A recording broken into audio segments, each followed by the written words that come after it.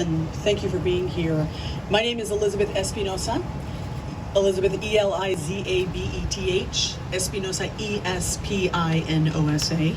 I'm the Executive Director of Communications for the Los Angeles County Sheriff's Department. And again, we want to thank you, the media from all over the world, for being here at the station for this briefing where we have, of course, the NTSB with us. Now, again, we want to remind you that this is an ongoing investigation, which means it is a fluid situation. And we will certainly try to provide you with as much information as possible at this time. The outline of what the press conference will look like is we will start with the NTSB, who is the lead in this investigation. That's a National Transportation Safety Board. Member Jennifer Homendy will speak to you first. She will then take your questions. And after that, Los Angeles County Sheriff Alex Villanueva will come up here and make his remarks.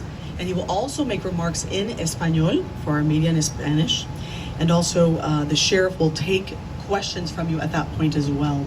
We also want to mention that the LA County Fire Deputy Chief Maroney is also here if you have questions that are fire related in this matter. So we're going to begin now with NTSB board member Jennifer Homendy. Welcome, ma'am. Thank you. Again, my name is Jennifer Homendy and I'm a board member with the National Transportation Safety Board. With me today is member Tom Chapman and Bill English, who is our investigator in charge. We call the investigator in charge the IIC. The NTSB is an independent federal agency charged by Congress with investigating every civil aviation accident in the United States and significant accidents in other modes of transportation. We're here to conduct a safety investigation, and our mission is not to just determine what happened, but why it happened and how it happened to prevent this accident, a similar accident, from ever happening again. Before I go any further, I want to once again extend our deepest sympathies to those who lost loved ones in this tragic event. I can't imagine what the families and friends of those who perished in this accident are going through, but know that our hearts go out to you, and you will be on our minds over the next days and months and years ahead. This morning we began with an organizational meeting where we established parties to the investigation.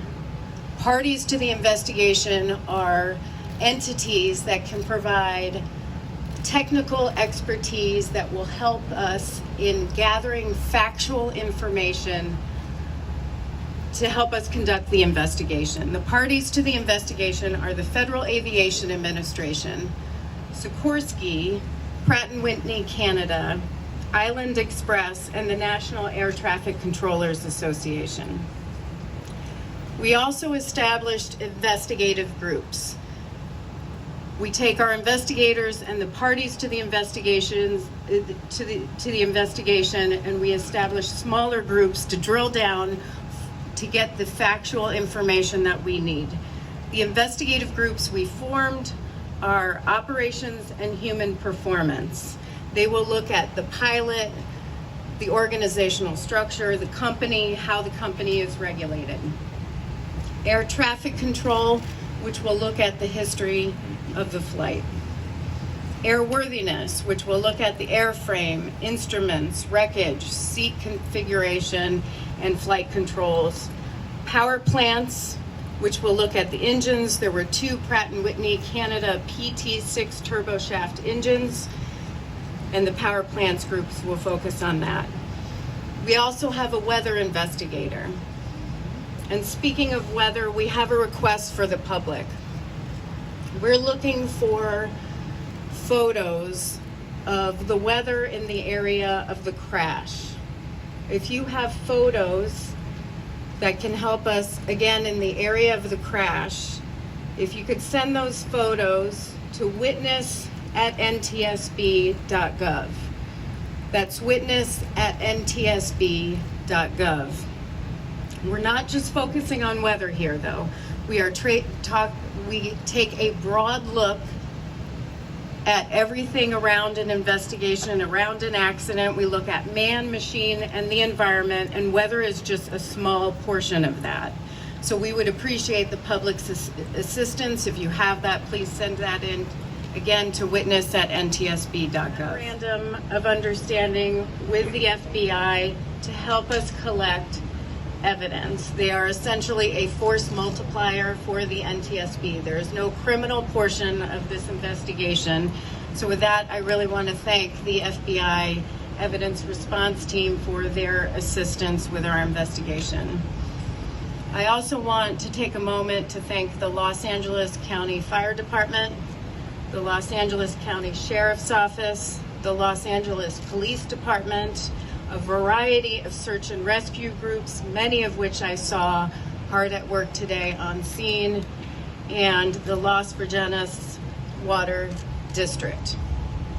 Again, this is our first full day. We're continuing to gather information. I do have some factual information on the flight path. With that, I want to read it because I want to make sure it is reported accurately. And so if you'll bear with me as I read it, its initial information shows that the helicopter was flying under visual flight rules, or VFR, from John Wayne Airport to just southeast of Burbank Airport. Around Burbank, the pilot requested to transit controlled airspace under special visual flight rules. Special VFR is an air traffic control authorization that allows an aircraft to proceed through controlled airspace at 1,400 feet and proceeded south, then west. The pilot requested flight following to continue to Camarillo, but Southern California TRACON advised the pilot that they were too low for flight following. Approximately 4 minutes later, the pilot advised they were climbing to avoid a cloud layer. When ATC asked what the pilot planned to do, there was no reply. Radar data indicates the helicopter climbed to 2,300 feet and then began a left descending turn. Last radar contact was around 9:45 a.m. and is consistent with the accident location. I anticipate we'll have more factual information to share tomorrow. I believe we will have a press briefing at some point tomorrow. Please monitor our Twitter feed at NTSB_newsroom, where we'll put out the time of the press conference. I do anticipate we will be here about 5 days on scene to collect perishable evidence. We're going to continue to document the scene. We are not here to determine the cause of the accident. We will not determine that on scene. On scene, we are here to get the perishable evidence. So with that, I will take some questions. And again, monitor our Twitter feed for tomorrow at NTSB_newsroom.